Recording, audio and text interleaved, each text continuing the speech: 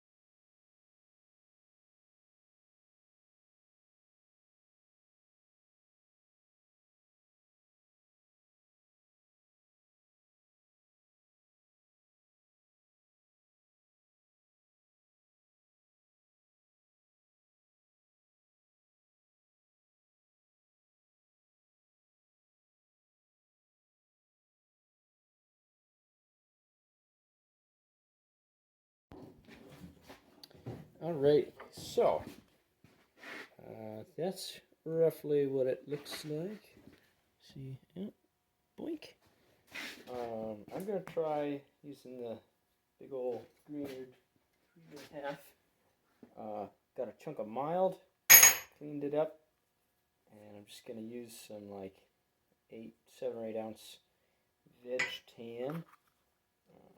Spray it a little bit. This is a brand new spray bottle. Yep, there we go. Get it a little bit wet on the surface. Right, and then we'll set it there. Put this guy on that. Send it.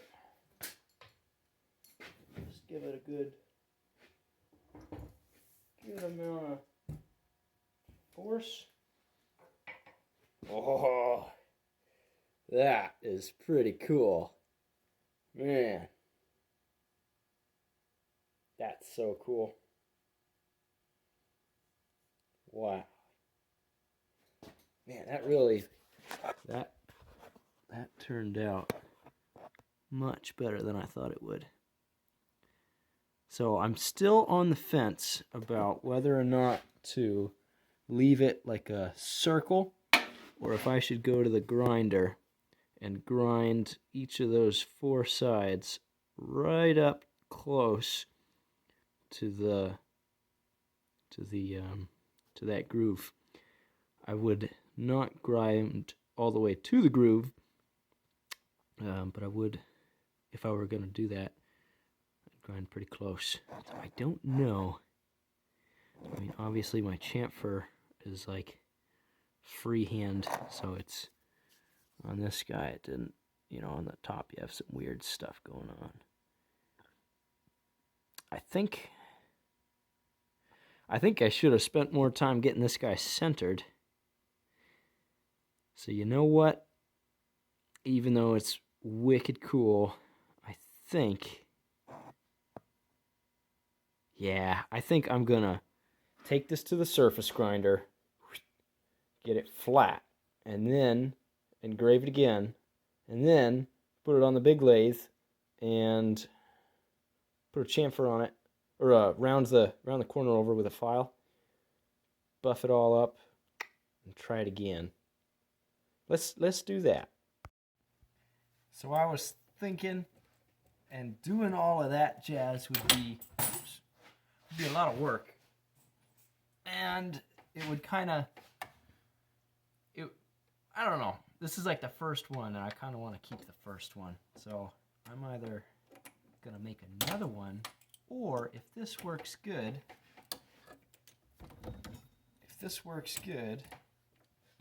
then this will just be what I'll use. It's hard to tell how close to the center I actually am, because it's a freehand chamfery radius thing I put on there. So I'm thinking if I split it and check, I'll be able to see definitively how close to center I actually am. But this guy needs to turn.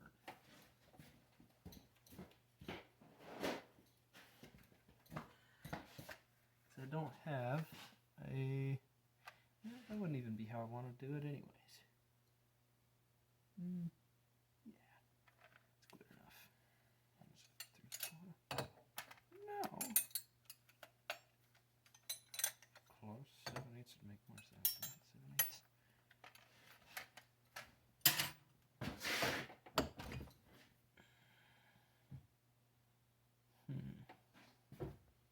7/8.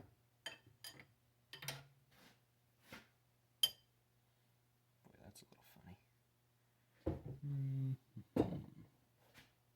Yes. I don't know. I could have moved my combo slide. That's funny. Potato, potato.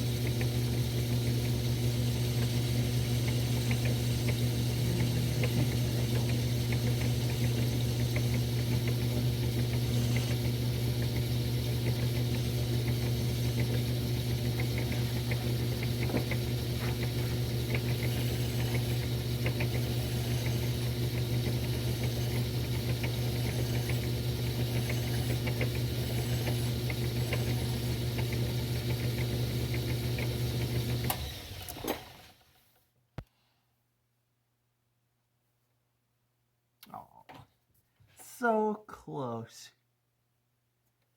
Yeah, that's too bad. It's like touching on one of the sides, and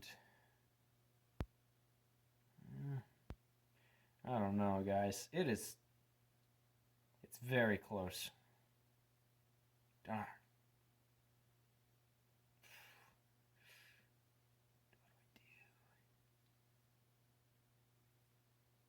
Look at that.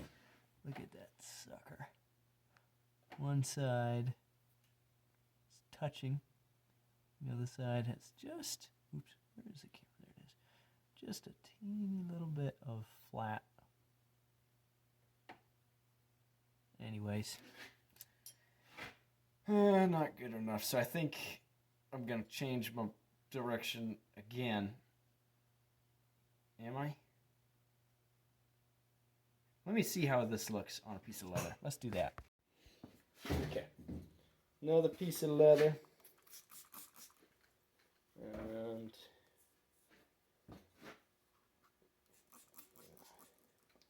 this piece, and maybe the other piece, found in Luke's trash can. Can you believe it? Got a lot of goodies there.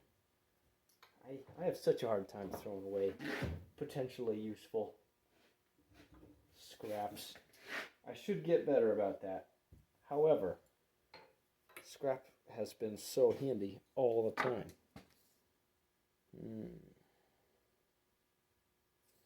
You know what? I am a lazy perfectionist, and I say that's good enough.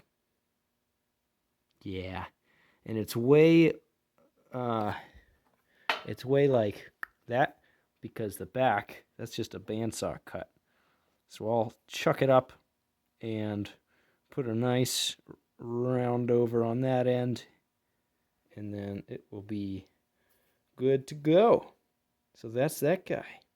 Also, I haven't fully decided if I'm gonna do a sheath for this guy yet.